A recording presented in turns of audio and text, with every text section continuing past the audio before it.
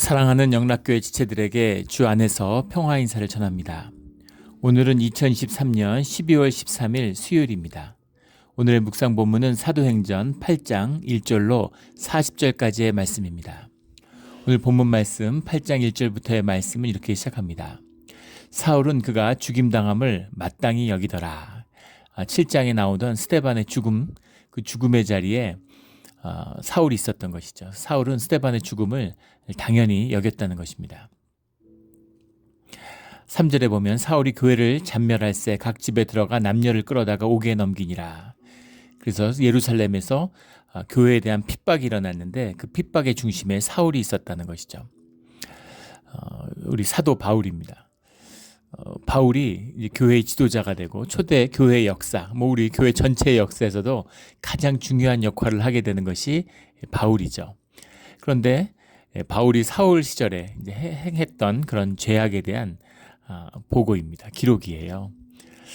우리는 이제 그 바울을 은혜의 눈으로 바라보니까 이랬구나, 이랬던 바울이 회심을 했구나 이렇게 받아들이지만 초대 교회에 있었던 사람들에게 있어서 바울의 존재는 어떤 것이겠습니까?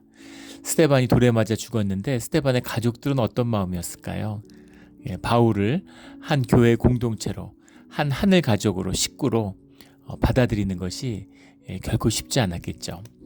그러나 주님의 은혜 가운데서 주님이 주시는 성령의 하늘의 가족이 되는 그런 주님이 주신 마음 가운데에서 사울을 용납할 수 있었겠죠. 용서받은 죄인만이 죄인을 용서할 수 있습니다. 주님과 함께하는 성령의 비밀이고 교회의 비밀이죠. 내가 누구를 어떻게 용서하겠어요? 내가 어떻게 누군가를 화해하고 받아들일 수 있겠습니까? 주님께 용서받은 자만이 사람들을 용서할 수 있고 또 사람들을 용서하는 자만이 주님의 용서 안에 머무를 수 있습니다. 이것이 용서의 비밀, 대속죄일의 비밀이죠. 주님과 함께하는 공동체의 비밀입니다. 이 은혜가 늘 함께하는 우리 몬트레 영락교회가 되기를 주의 이름으로 축원합니다. 4절부터는 사마리아의 복음이 전파되는, 이방인의 땅으로 전락한 사마리아에 주의 복음이 전파되는, 오히려 박해가 있음으로 인해서 복음이 퍼져나가는 계기가 됐다는 거죠. 박해가 있을 때마다 흩어지만 복음이 전파되는 겁니다. 주님의 역사의 섭리죠. 광야의 비밀입니다. 핍박받아서 사람들이 흩어졌는데 흩어지고 이렇게 사람들이 무너지면은 그러면은 흩어져 버리고 그러면 새를 잃어야 되는데 그럴수록 점점 더 이 복음이 전파되고 공동체가 더 일어나는 거죠. 이것이 주님의 역사의 비밀입니다. 생명의 비밀이기도 하죠. 벌레가 나타나면 그 벌레에 대한 저항성을 키우고 저항성을 키우면 벌레가 키워지고 사실 벌레가 있음으로 해서 식물이 더 건강하게 자라난다는 거 아니에요? 얼마 전에 쌀에 대한 다큐멘터리를 보고서 굉장히 감명받았던 기억이 납니다. 고시 히카리라고 하는 쌀이 있죠. 일본의 니가타라는 지역에 가면 일본의 자랑이잖아요. 쌀이라는 건 이제 우리가 안남미라고 부르는 베트남 쌀이라고 부르는 이제 영어로는 인디카라고 그러죠. 인디아의 쌀이다. 쌀을 처음에서 발견된 곳이 인도다, 중국이다, 한국이다 막 논쟁이 심합니다. 농사에 대한 기록은 인도와 중국에 나타나 있고 벽시에 대한 유적이 제일 먼저 나타나는 것은 한국이죠. 그러나 한국에 벽시가 나타났는데 벽시를 어디서 야생의 걸 주워온 건지 농사지었다는 기록은 아니기 때문에 논란이 많아요. 근데 서로 이제 벼농사 문화에 자부심이 있는 거죠. 우리가 먼저다. 근데 쌀이라는 것은 이제 이렇게 막 날리는 이렇게 인디카라고 그러죠. 영어로는. 이렇게 우리가 안남이라고 부르는 그런 쌀과 이제 자포니카, 우리나라 동북아에서 먹는 끈적끈적한 우리가 먹는 밥이죠. 그런데 이 자포니카에서 가장 유명한 쌀이 이제 고시 히카리입니다. 근데 한때는 한국도 고시 히카리를 많이 심었죠. 근데 한국 사람들이 진짜 대단한 거는 세상에 일본을 잡는 건 한국밖에 없어요. 예. 한국은 일본은 육종이 시작된 지가 100년이 넘습니다. 고시 히카리가 1956년에 나왔대요. 기념 동상이 니 곁에 크게 세워져 있습니다. 근데 한국은 육종이라는 걸 시작한 게 70년대입니다. 그때는 이제 정부미라고 그래가지고 이 쌀을 많이 생산하는, 양만 늘리는, 많이 먹는 게 중요하지 맛에 대한 신경을 못 썼던 것이죠. 그리고 실제 이제 맛에 대한 신경을 쓴 거는 2000년, 2003년, 4년 그때 들어서 2000년대 이후라는 거예요. 근데 20년 동안 정말 불과같이 끊임없는 육종과 개량을 거듭한 나머지 이제는 완전히 고시식가리를 한국 한반도에서 거의 내보낸 거죠. 랭킹 10위 안에 들긴 하는데 거의 없어요. 다른 그 쌀들이 전부 다 차지하고 있는 겁니다. 근데 일본은 70년째 고시식가리가 단연 독보적인 1위를 차지하고 있는 거죠. 일본답죠. 변하지 않아요. 그런데 그 말이 안 되는 것은 계속 입도열병 같은 해충들이 오기 때문에 그 해충들이 오면은 못 견디거든요. 해충들이 자꾸 이제 유전적으로 이겨내기 때문에 생명이잖아요. 그러니까 어떤 생물도 개량하면 20년을 못 견딘다는 겁니다. 20, 30년 지나면은 다 먹어버리는 거죠. 자꾸 품종이 개량돼야 되는데 어떻게 고시식가리는 70년을 살아남았을까? 고시식가리도 물론 개량을 하니까 뭐 고시식가리 1호부터 13호까지 나와 있다는데 13호가 제일 나중에 나왔으니까 병충해 제일 센 종이죠.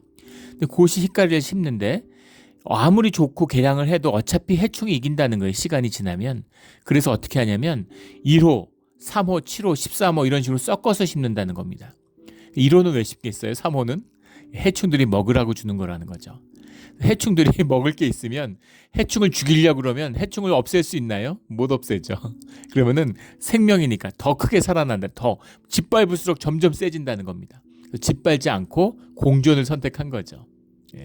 그래서 크게 개량하지 않아도 육종을 해서 완전히 품종을 바꾸지 않아도 적당히 해충한테 먹을 걸 주면서 해충도 먹을 게 있으니까 사생결단으로 살아남으려고 하지 않잖아요. 같이 산다는 거예요. 이것이 이제 생명의 비밀이죠. 굉장히 감동을 받았어요. 그런 지혜가 있다니 그것이죠. 짓밟을 수 없는 것이죠. 생명이 함께 자라나는 겁니다. 고난과 시련을 통해서 생명이 자라나는 이게 생명의 비밀이잖아요. 핍박이 다가오는데 점점 더 복음은 커져가는 거죠. 복음은 점점 융성해져 가는 거죠. 이 생명의 비밀이에요. 육을 핍박한다고 영이 죽습니까? 육을 핍박하면 영이 점점 세져요. 그런 비밀이 드러나고 있는 거죠. 사마리아에 이제 흩어진 크리스찬들이 제자들이 복음을 전파하기 시작했다라는 거죠. 6절에 무리가 빌립이 사마리아에 가게 됐는데 집사로 세움을 받았던 그가 듣고 행하는 표적을 보고 한 마음으로 그가 하는 말을 따르더라. 7절에 많은 사람들이 붙었던 더러운 귀신들이 크게 소리를 지르며 나가고 많은 중풍병자 못 걷는 사람이 나으니 예수님의 말씀 그대로 내가 행한 걸 너희도 행할 수 있다. 보혜사의 성령이 함께하면 그래서 그 성령에 붙들린 그 빌립의 말씀을 선포하는 가운데 귀신이 떠나고 아픈 자들이 고침을 받고 못 걷는 자가 낫는 그런 이적들이 나타났다는 거죠. 생명이 회복됐다는 겁니다. 8절에 그 성이 큰 기쁨이 있더라. 한 마음 큰 기쁨 성령의 역사가 함께하는 교회가 나타났다라고 하는 다른 표현이죠. 한 마음 큰 기쁨 성령이 없으면 절대 한 마음이 되지 못합니다. 성령에 붙들려서 관계가 회복되지 않으면 인간에게 큰 기쁨이 없어요. 한 마음과 큰 기쁨이 성령의 더 큰 증거죠. 아픈 사람은 의사도 고칠 수 있겠죠. 정형외과 의사도 못 걷는 사람을 고치게 할 수 있을 겁니다. 그러나 큰 기쁨과 한 마음이 되는 것은 성령의 역사가 아니면 이루어질 수 없는 것이죠. 가는 곳마다 성령의 역사가 나타났다는 거죠. 9절에 시몬의 이야기가 나옵니다. 시몬이라고 하는 사람이 사마리아에 있는데 전부터 있어서 마술을 행하여 사마리아 백성을 놀라게 하며 자칭 큰 자라 하니 이 사람은 크다 이커는 하나님의 능력이라 하더라. 얼마나 능력이 크면 다 하나님의 능력이라고 부르겠어요. 단순히 속임수로 하는 마술이 아니라 마법사인 거죠. 아마 네크로맨서 이런 것처럼 무슨 강신술 이런 걸 행했겠죠. 그러니까 놀라운 이적들을 많이 행했을 겁니다. 성령만 능력이 있는 것도 아니죠. 악령도 능력이 있어요. 예수님이 말씀하셨죠. 마지막 때 주님께 와서 내가 주의 이름으로 귀신을 쫓았다 사람을 낫게 했다 이러는데 주님이 나는 너를 모른다 이렇게 말씀하신다는 거죠. 사람을 쫓고 귀신을 쫓는 것으로 그것을 성령의 만의 증거라고 오해하면 안 된다는 겁니다. 그런 능력을 쫓으면 이단으로 가게 돼 있어요. will to power는 결국 마귀의 악령에 따라가는 그런 길이 되는 겁니다. will to love 사랑을 쫓아가는 자만이 주님 걸 따라가게 되는 것이죠. 교회도 마찬가지죠. 제가 한국에 있을 때 수도원에 있는데 수많은 교회나 사람들이 찾아오는 걸 봤습니다. 거기서 깨달은 게 하나 있는데 사람들이 목회자를 존중하는 게 아니라 목회자의 힘을 좋아하는구나 하는 걸 알았어요. 예, 그 사명을 존중하는 것이 아닙니다. 예, 그래서 무슨 귀한 사명과 소명 가운데 살아간다고 사람들이 귀하게 생각하지 않아요. 파워가 있으면. 그 목사들이 헛짓을 하는 겁니다. 예, 뭐 막 차량을 쫙 이끌고 오고 사람들 막 줄줄이 끌고 오고 심지어는 무슨 개를 끌고 다녀요. 경호팀이라 그러면서 목사를 누가 노린다고. 예, 경호도 웃긴 건데 경호 개를 끌고 와서 미리 사전 답사 왔다 그러고 별 정말 웃기는 짓들을 다 하더라고요. 종교인들의 특징이죠. 거짓이니까. 근데 왜 그런 거짓을 꾸밀까요? 그것이 사람들에게 먹히기 때문입니다. 사람들이 힘을 좋아하니까, 파워를 좋아하니까 능력이 있고 힘이 있는 것처럼 보이는 거죠. 그때 한국에 있을 때 그 같이 공부했던 한 목사님이 큰 교회에서 사역을 하셔가지고 만나러 간 적이 있는데 깜짝 놀랐습니다. 그 교회가 뭐 우리가 이름만 대면 다 아는 교회죠. 그 교회에 당회장, 목사라고 그러면 되고 담임 목사라고 하면 될 텐데 당회장이라고 당회장 사무실이 있어요. 사무실이 우리 교회 예배당보다 더 큽니다. 예. 깜짝 놀랐죠. 예. 근데 그 사무실이 메인 사무실이 아니라 건물마다 사무실이 있다는 거예요. 예. 예. 근데 그런 사무실, 천장도 높고 거기 사람이 들어오면 압도되는 거죠. 예. 건축의 권위로, 건물의 권위로 사람을 누르는 거예요. 근데 사람들이 그런데 눌리고 좋아하는 거죠. 힘 있다고, 능력 있다고. 예. 그걸 따르는 거예요. 그러니까 그런 상징을 조작하는 것이죠. 예. 그것은 복음과는 아무 상관이 없는 것입니다. 생명과는 아무 상관이 없는 것이죠. 아무리 조화가 아름답고 화려하고 크게 만들어도 가짜죠. 들에 핀 야생화, 보잘것없어 보여도 거기에 생명이 있고 거기에 아름다움이 있는 것이죠. 이것이 복음의 능력입니다. 근데 이 사람이 큰 능력이 있어서 하나님의 능력이라고 불렸는데 근데 사람들이 다 따랐다는 거죠. 능력이 있으니까 따랐겠죠. 예. 근데 빌립이 하나님의 나라와 12절에 예수 그리스도 이름에 관하여 전도함을 그들이 믿고 남녀가 다 세례를 받으니 시몬도 믿고 세례를 받았다는 거죠. 예, 뭔가 이게 보이지 않는 세상에 대한 느낌을 아는 사람이잖아요.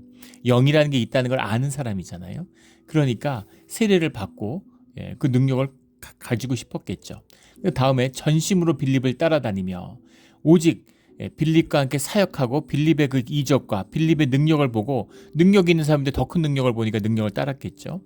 열심히 전심으로 따랐다는 거예요. 최선을 다해서 삶을 전부 다 들여서 그래서 빌립의 사역에 함께 했다는 겁니다. 표적과 큰 능력을 보고 놀라니라. 어떻게 이런 일이 있을 수가 있지? 내가 행한 능력은 아무것도 아니네. 더 큰 능력이 있네. 자기가 어렵게 한 사람 고쳤는데 수십 명이 한꺼번에 낫고 수백 명이 귀신을 쫓는 이런 걸 보면서 깜짝 놀란 거죠.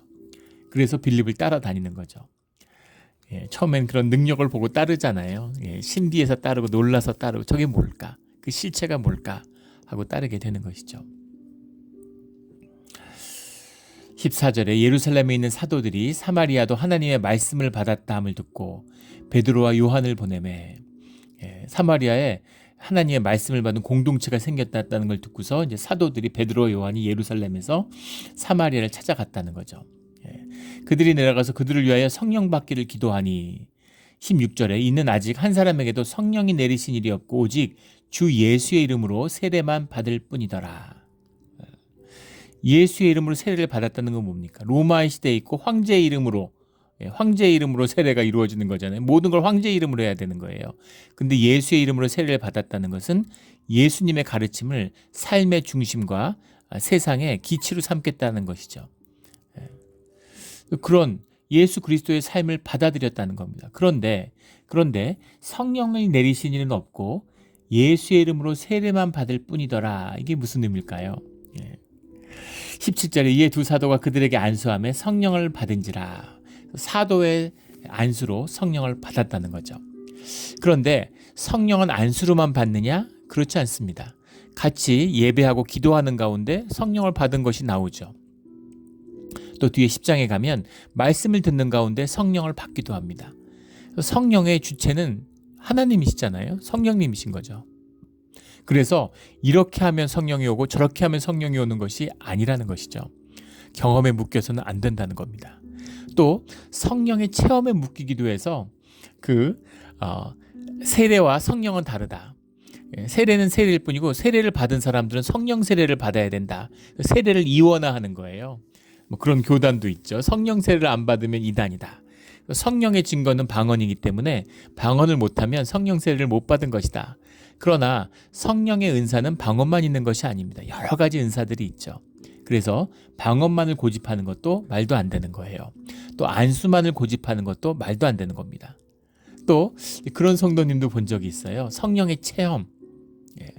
성령이라고 하는 것은 성령의 체험이 뭡니까? 영이잖아요. 성령을 받았다는 건. 성령을 받은 건 내가 육으로 받나요? 내 몸으로 받는 것이죠. 나의 무의식이 반응하는 것, 내 영이 반응하는 거예요. 그래서 우리의 의식과 무의식이 일체화되는, 항상 내 내면을 들여다보면 내 안이 분열되어 있다는 걸 경험하게 되죠. 내가 경험하는 것과 그 경험을 생각하고 받아들이고 의식하는 의식의 주체가 있어요. 그런데 그 의식의 주체가 무너지고 완전히 주객이 하나가 되는, 무의식과 의식이 일체화되는 그런 경험을 하게 되죠. 당연히 몸으로 느끼게 되는 겁니다. 그런데 그 성도님은 몸이 마비되는 것 같아요. 온몸이 딱딱히 굳어가지고 마비돼서 정전기, 큰 전기가 통해서 몸이 마비되어 버린 것 같은 그런 체험을 하신 거예요. 그래서 어떻게 됐을까요? 물론 은혜 받고 훌륭한 크리스천의 삶을 사는데 그 체험을 또 절대치 않는 게 있죠. 그게 성령 체험이야. 그런 경험이 없으면 성령 받은 게 아니야. 이렇게 생각하시는 거예요.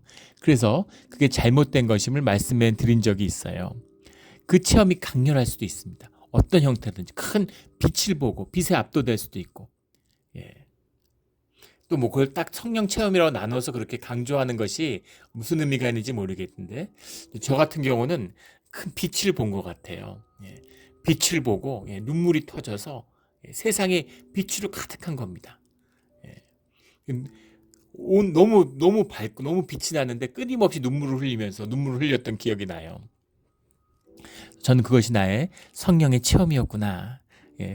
그 전에 세례 받고 또 교회에서 봉사하면서 이렇게 교인으로 살았지만 그때 어떤 살아계신 하나님의 압도적인 임재를 이제 체험하게 되는 것이죠. 근데 그것이 예배의 자리일 수도 있고, 뭐 기도의 자리일 수도 있고, 또 뭐 안수일 수도 있고 이런 겁니다. 또 성령을 내가 받아서 마치 뭐 사도가 성령을 나누어 주는 것처럼, 이것도 완전한 거짓이죠. 요즘엔 좀 뜸해진 것 같아요. 한동안 신사도 운동이라 그래서 LA에서 시작돼서 사도를 세우는 신비주의 운동이죠. 너무 교회가 메마르고 복음의 생명을 잃어버리니까 종교가 너무 형식화되고, 이게 뭐 종교화라는 게 그렇잖아요. 생명이 없으니까 말라 죽는 것이죠. 그러니까 거기에 목마른 거예요. 그러니까 또 이제 생명을 찾는 겁니다. 당연한 것이죠. 그런데 성령을 찾다 보니까 또 그런 종교의 거짓이 드러나요. 그래서 그걸 막 조작하고 사도를 세워가지고 그 사람이 성령을 준다 그러고 성령 받으라 그러고 뭐 성령 받으면 사람들이 막 쓰러지고 도미노 게임 하는 것도 아니고 사람들이 막 쫙 쓰러지고 자기 능력 있는 것처럼, 정말 요즘에는 이제 기독교 전체가 쇠퇴하니까 이제 그런 게 별로, 한 20년 전까지만 해도 그런 게 있었던 것 같아. 그런 집회도 하고 뭐 한국에서 와서 그런 또 집회를 하고 누가 능력 있다 그러고, 요즘엔 그런 거 싹 사라졌죠. 요즘엔 그런 짓은 이단만 하는 것 같습니다. 이제 그런 게 아니라는 것이죠. 그렇다면 왜 사도를 통해서 성령이 임했을까? 성령은 하나님이신데 하나님을 내가 홀드하나요? 내가 오운할 수 있습니까? 말도 안 되는 소리죠. 내 능력에서 내가 가지고 있다, 내가 무슨 떡 나눠주듯이 시루떡 잘라주듯이 그렇게 잘라주나요? 그런 거 아니잖아요. 내가 나누어지는 것이 아니라는 거죠. 주님이 우리 안에 머무는 것이잖아요. 함께하는 것입니다. 두세 사람이 내 이름으로 모이는 곳에 내가 함께하겠다고 약속하셨죠. 주님의 임재 가운데 주님과 함께 머무는 것이죠.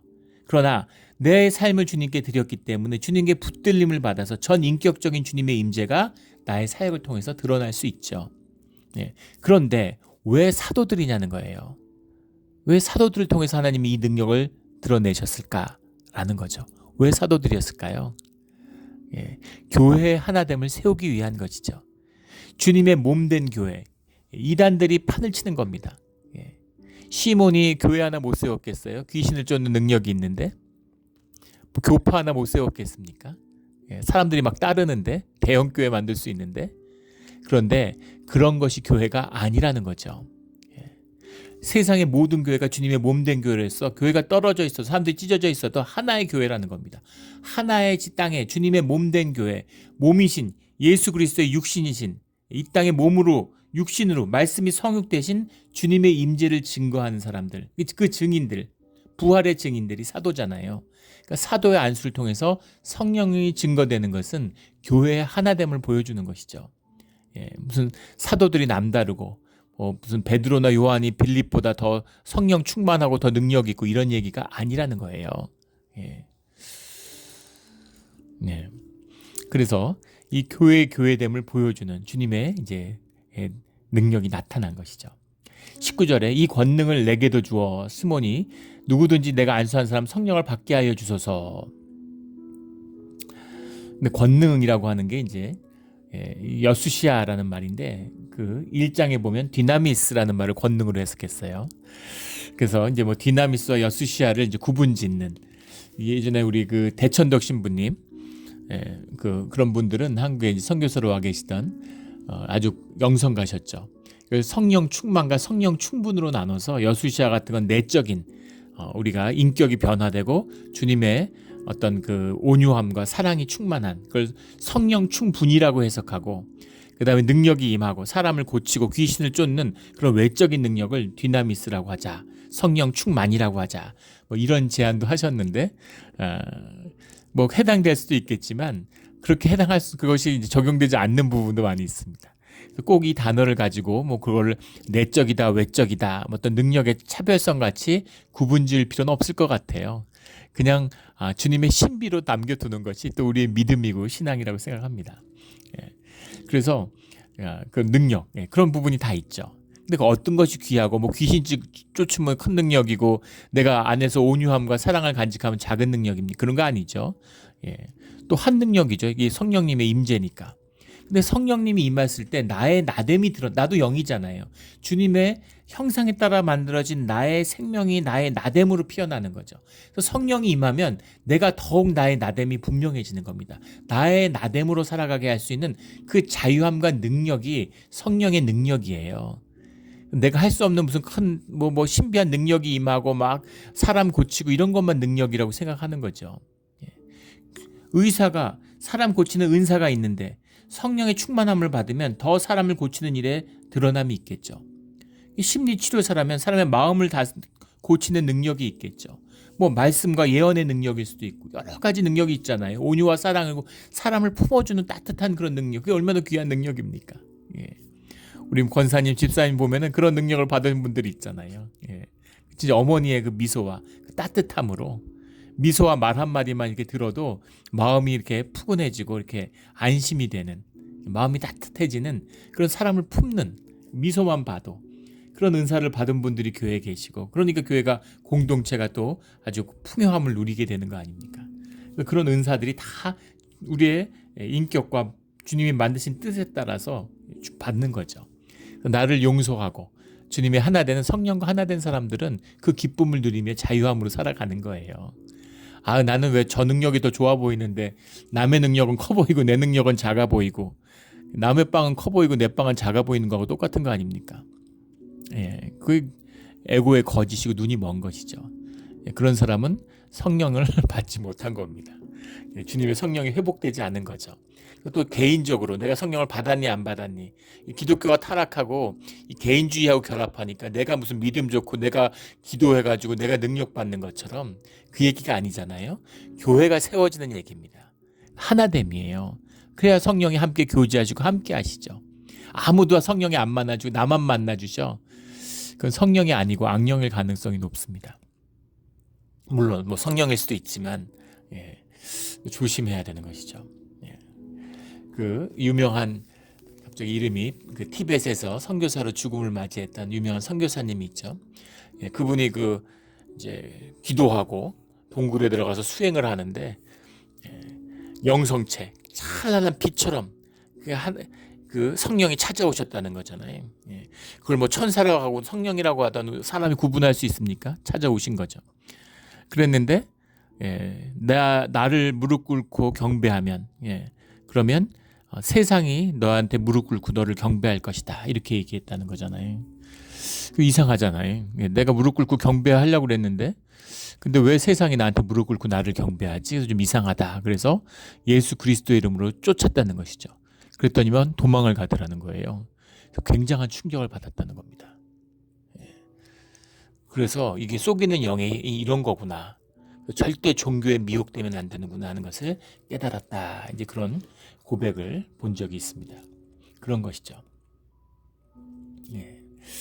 나의 나됨, 생명의 자유함, 공동체 코이노니아지 무슨 능력이 임하고 뭐 내가 성령 받으면 나 아닌 사람으로 살면 그게 뭐예요? 껍데기잖아요. 예. 진실하게 사는 것이지 거짓으로 살고 예. 내가 성령을 받았더니 하늘을 날아다녀 중력의 법칙을 거슬러 그러면 왜 인간으로 만드셨겠습니까? 왜 우리를 이 물질의 연약한 몸으로 왜 만드셨겠어요? 예, 그런 것이 아니라는 것이죠. 예. 근데 여기서 재밌는 것은 시몬이 성령 받는 것을 보고 돈을 들여가지고 나에게 성령을 받게 해주십시오라고 예, 능력을 매수하려고 했다는 거예요. 성령 돈을 주고 살려고 했다는 겁니다. 예. 20절에 베드로가 이르되 내가 하나님의 선물을 돈 주고 살 줄로 생각하였으니 내 은과 내가 함께 망할지어다. 예. 주님의 이름을 모욕했기 때문에 주님을 거스르고 성령의 역사를 거스르기 때문에 네가 돈과 너와 함께 망한다 이렇게 얘기하는 거죠. 하나님 앞에서 내 마음이 바르지 못하니 예. 너의 악함을 회개하고 주께 기도하라. 혹시 마음에 품은 것을 사하여 주시리라. 너 회개해야 된다. 회개하면 혹시 사함을 받을지 모르겠다. 너는 악독이 가득하며 불의에 매인바 되었도다. 예. 예. 피크로스라는 말인데 악독, 예. 비터니스 영어로 하면 아주 지독한, 넌 지독한 놈이야 이런 뜻이에요. 불의에 매인바 되었다. 예. 불의라는 게 아디코스라는 말인데 인저스티스 영어로 하면 예. 그런 불의, 예. 나쁜 것에 네가 매였구나. 예. 내가 아주 지독한 예. 성령을 돈으로 사겠다고 이제 이런 거죠. 근데 왜 빨리 회개하라 그러지 말고 혹시 마음에 품은 것을 사하여 줄지도 모르겠다 이렇게 했을까요? 성령을 거슬렀다고 보는 것이죠. 성령을 거스리고 주님의 이름을 모욕한 자는 사함을 받을 수 없죠. 주님이 그 용서해 주시는 분인데 주님을 거역했는데 주님의 역사를 폐하는데 주님의 이름을 폐하는데 무슨 용서가 사함이 있겠습니까? 그러나 너가 전심으로 또 교회 일원이 돼서 빌립을 섬기고 있으니까 한번 회개해야 돼. 그러면 용서해 주실지도 모르겠다. 세례를 받았는데 교회의 일원인데 근데 주님의 이름을 모욕하네. 그래서 큰 벌을 받을 수도 있지만 네가 모르고 그러는 거니까 용서를 받을 네가 악한데 빨리 그것을 회개해야 된다 이렇게 얘기하는 거죠. 예. 시몬이 대답하여 이르되 나를 위하여 주께 기도하여 말한 것이 하나도 내게 임하지 않게 하소서 하고 그 기도를 받았다는 겁니다. 예. 돈으로 살 수 있다. 세상으로 살 수 있다. 예. 교회에서 전심으로 사역을 돕고 능력도 있고 좋은 일도 많이 했는데 그런데 주님을 거역하는 일을 할 뻔했다라는 거죠. 이것이 이제 교회 가운데 나타나는 하나님의 일 가운데 나타나는 이단의 무리들 초대교회 지금도 그렇지만 이단들이 늘 극성을 부리잖아요. 마귀가 제일 열심히 뛰는 곳이 어디겠습니까? 교회 아닌 거죠. 성전 꼭대기에 앉아서 주님을 시험해요. 그것이 악의 실체입니다. 그러니까 그런 일들이 나타난다는 거죠. 핵심은 뭐겠어요? 예수님이 이미 말씀하셨죠. 돈과 주님을 겸하여 섬길 수 없다라고 말씀하셨습니다. 섬기지 마라. 섬기지 않도록 해라. 이런 말씀이 아니라 섬길 수 없다라고 말씀하셨죠. 주님을 섬기는 자와 돈을 우상과 더불어 섬기지 마라. 그렇게 얘기하지도 않으셨어요. 돈과 하나님을 겸하여 섬길 수 없다. 이렇게 말씀하셨죠. 하나님을 섬기지 않는 자는 돈을 섬기는 자라는 겁니다. 난 하나님도 좋은데 돈도 너무 좋아. 돈을 섬기는 자라는 거죠. 돈이 중심이기 때문에 결국 돈으로 다 해결할 수 있다고 믿는 거예요. 그것이 악독함이고 불의에 매인 것이라는 것이죠.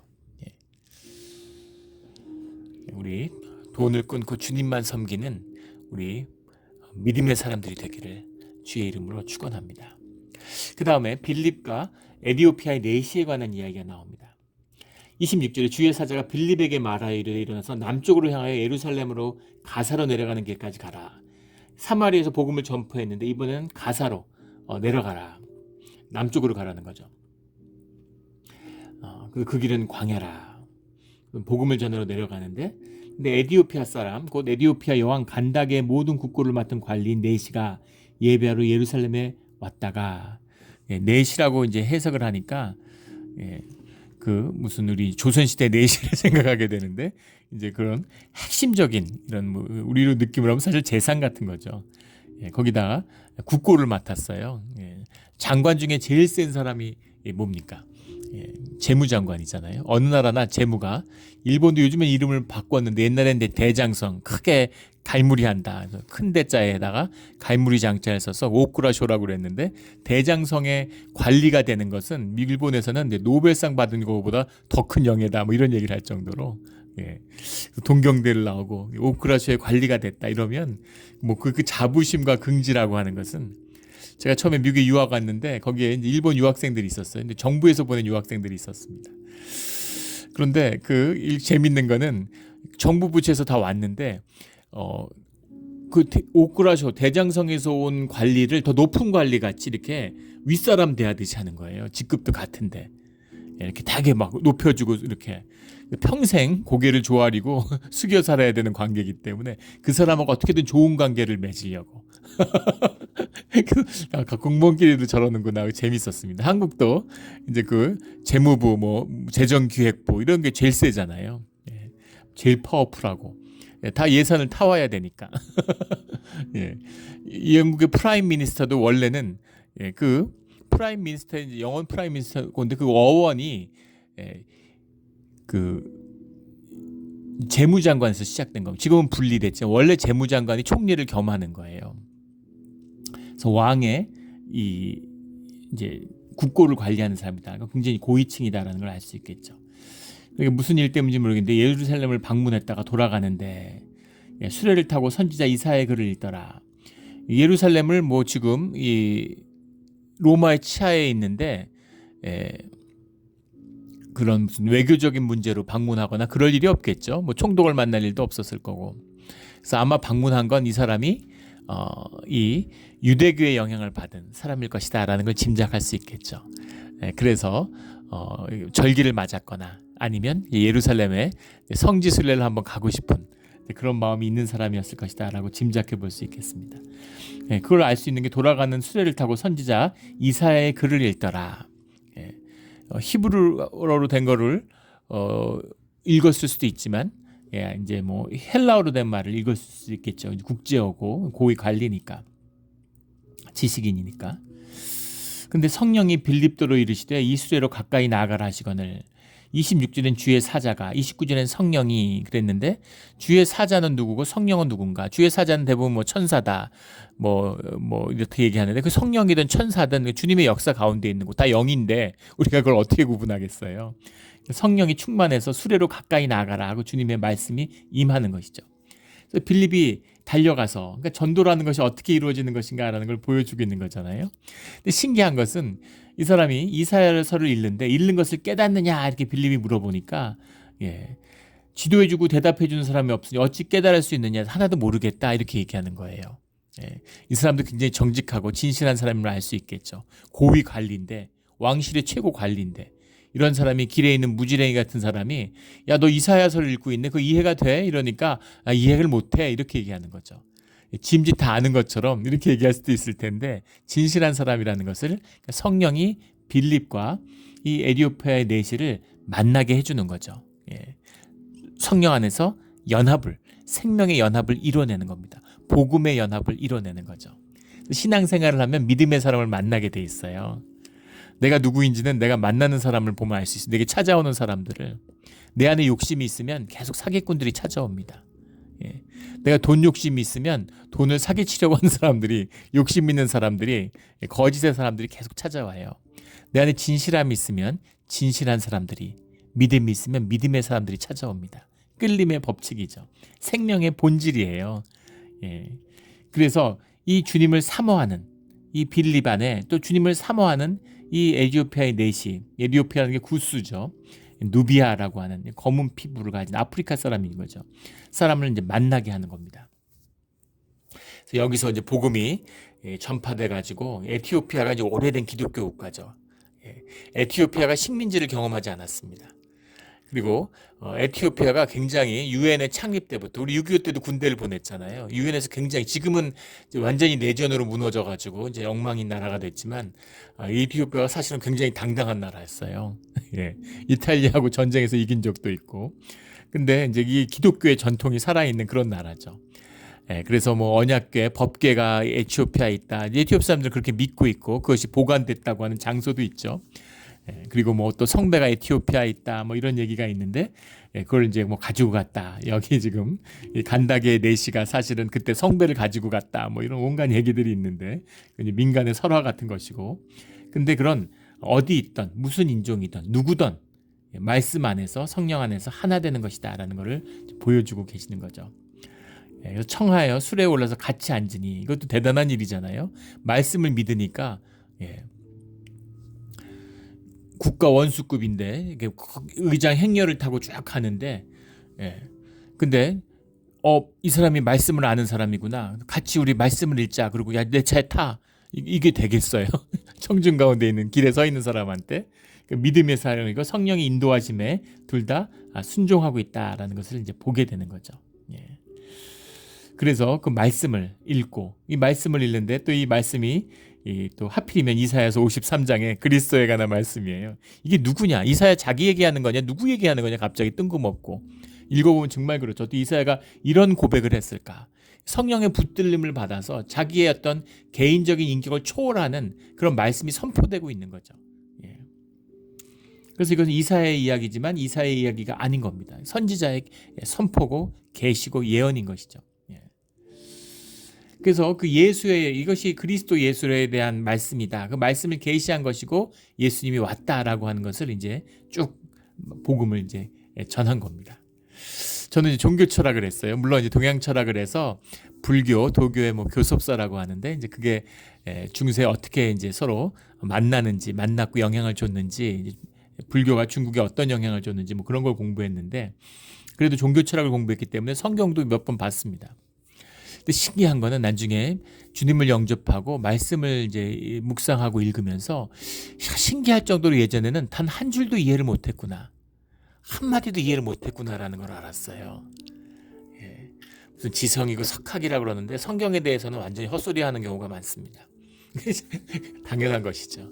예. 아버지가 자식에게 쓴 건데 아버지를 모르는데 자식도 모르는데 그 편지만 읽고 무슨 얘기인 줄 알겠어요. 예. 이사야서의 얘기를 읽고서 이게 무슨 얘기인지 도대체 누구 얘기인지를 어떻게 알겠습니까? 아무 말이 없는데.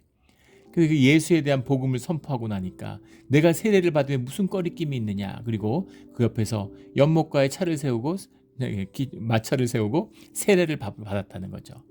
네. 주의 영이 빌립을 이끌어 간지라 물에서 올라올세 내시는 기쁘게 길을 감으로 그를 다시 보지 못하니라. 평생의 단 한순간 이때 만난 것이지만 성령 안에서 하나 되었다는 것이죠. 기쁨에 붙들린 성령에 붙들린 영혼이 영 가운데 생명 가운데 연합하는 생명의 연합을 이루어냈다라는 겁니다. 그래서 공간적으로 떨어져 있고 뭐 같이 붙어 있고 이런 게 아니라는 거죠. 믿음의 삶의 비밀이에요. 우리 예전에도 몇 번 나눈 적이 있지만 이번에 한국에 갔을 때도 거의 뭐 한 8년 만에 성도들을 만나기도 하고 또 20년 전에 만났던 성도님을 만나기도 하고 그러면 20년 됐는데 그때 한 1년 신앙생활 같이 했는데 야 이거 갑자기 어색하고 만났는데 되게 어색하면 어떡하지? 또는 기억을 나실까? 뭐 이런 생각도 드는 거죠. 그런데 이렇게 만나면 정말 어제 만난 것처럼 반가운 거예요. 더 신기한 건 한국에 가서 저희는 이제 그 봉천동 동네에서 자랐기 때문에 초중고등학교를 다 같이 다녔습니다. 초등학교 입학하기 전부터 친구였어요. 근데 그런 친구들을 만나면 어색한 겁니다. 할 말이 없어요. 옛날 얘기 좀 하다가 더 할 얘기가 없습니다. 삶에서 나누어질 게 없어요. 삶에 나눌 진실이 없습니다. 그래서 잘 만나게 안 되고 가도 뭐 연락을 잘 하게 안 돼요. 소식이나 듣고 이런 거죠. 아 그렇구나 이런 거죠. 정말 신비하지 않습니까? 성령의 하나됨, 삶의 진실이 나누어지고 삶이 자라나는 그 비밀이 함께하고 있는 거죠. 우리 전에도 나누었지만, 우리 제가 이제 그 수원에 같이 계셨던 목사님이 원장님 하시던 분이 LA에 뉴욕에 교회 설교 목사로 잠깐 와 계신다고 그래서 거기 연락을 하려고 연락처를 보려고 갔다가 그 교회 장로님이 제가 처음 교회 나갔을 때 저희의 구역장을 하시던 그 집사님, 지금은 장로님이 되셨지만 이걸 알게 됐어요. 그 연락처를 물어서 연락을 하는데 제 전화번호를 드리고 내가 이런 사람인데 한번 저를 기억하지 못할 수도 있겠다 이런 생각이 들었는데 깜짝 놀랐습니다. 통화하면서. 제가 목사가 된 것도 알고 있고 또 제 가정 애기들 아이들 키우는 얘기 이런 걸 다 알고 계시고 매일 기도하고 있다고 얘기하시더라고요. 그래서 정말 다 주님의 은혜구나. 다 주님의 은혜로 살아왔구나 하는 것을 다시금 깨달았습니다. 눈물이 나더라고요. 이게 신앙의 하나됨입니다. 평생을 보지 못해도 믿음 안에서 그 성령 안에서 하나인 것이죠. 이것이 교회의 비밀입니다. 생명의 비밀이에요.